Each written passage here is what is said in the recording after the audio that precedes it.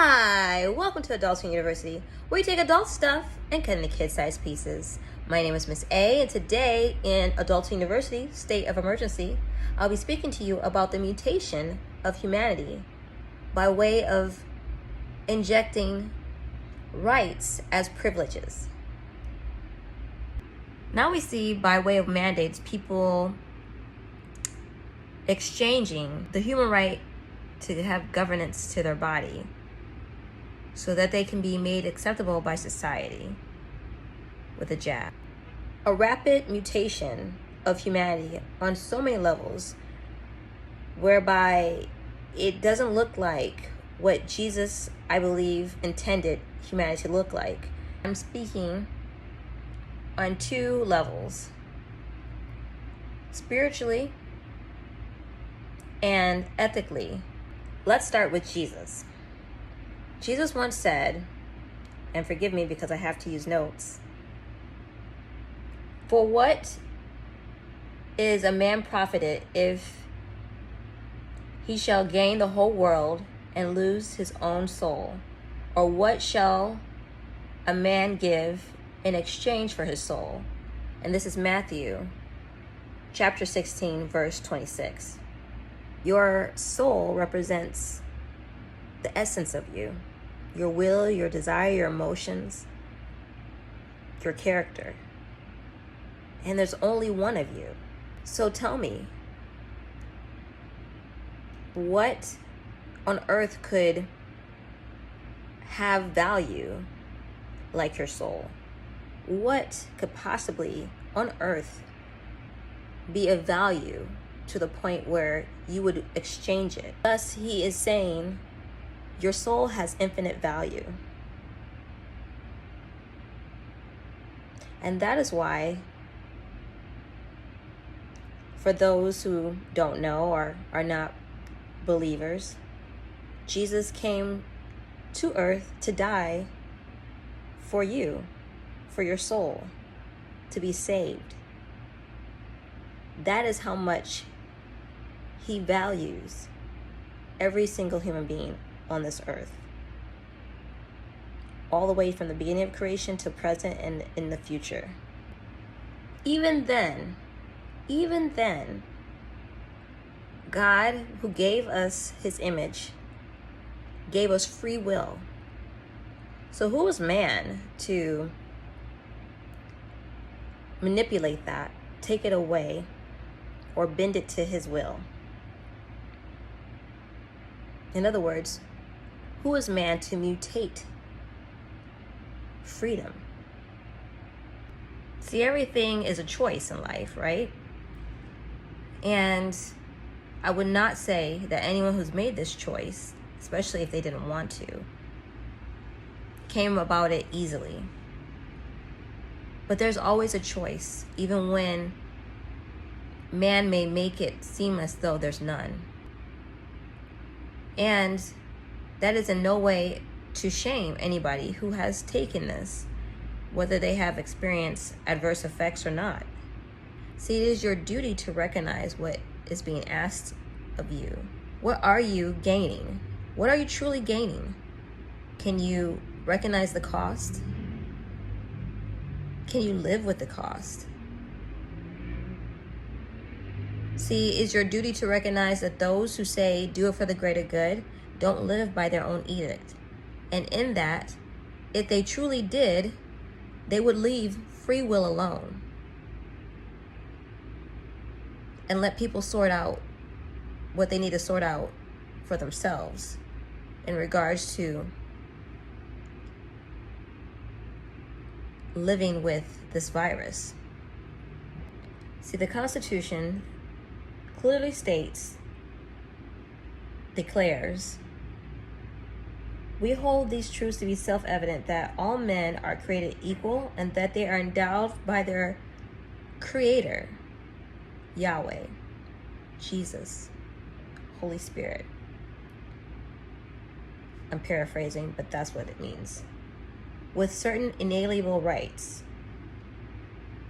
that among these are life, liberty, and the pursuit of happiness." Some time ago, I watched a great video. This man goes into details to say that the Constitution is, in essence, a biblical translation of human rights as God sees them. And I'm going to link that below for you to watch.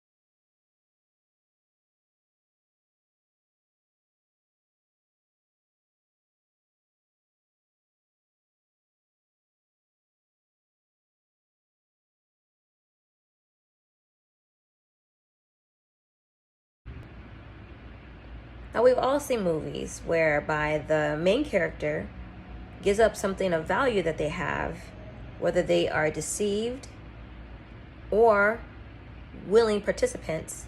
They give up something of value of theirs so that they can receive something that they see as higher value to obtain their goal or their wish. For fun, I will reference The Little Mermaid, the Disney version, 1989. Now, in that movie, although it's a cartoon, Ariel gives up her voice in order to gain legs so that she can be amongst human society and hopefully win the love of Captain Eric. And I'll circle back to this example, but those who rock with the Bible know about Esau and Jacob, and that Esau, although he was the firstborn, gave his firstborn rights to Jacob for some food, some stew. And only later, when he recognized the value of his firstborn rights, did he wish he never sold them for some food. Now, I'm gonna keep it 100 with you and just tell you, mermaids, aka sirens, are demonic. But even worldly things such as the Little Mermaid can convey deep meaning. So I told you I'd circle back to it, so here we go. We remember Ariel giving up her voice so that she could have legs, right? She needed to get back to Captain Eric because she loved him. And how ironic is it that it was the voice, her essence, remember, basically her soul, even when it's not put in that context, but to circle it back, her personality, her will, her essence was embodied by her voice. How you know this is because when Ursula, the person that Ariel made the deal with, thought that Ariel was getting close to her goal, she simply made herself into a human being, but she used Ariel's voice to basically entice, seduce Captain Eric into marrying her,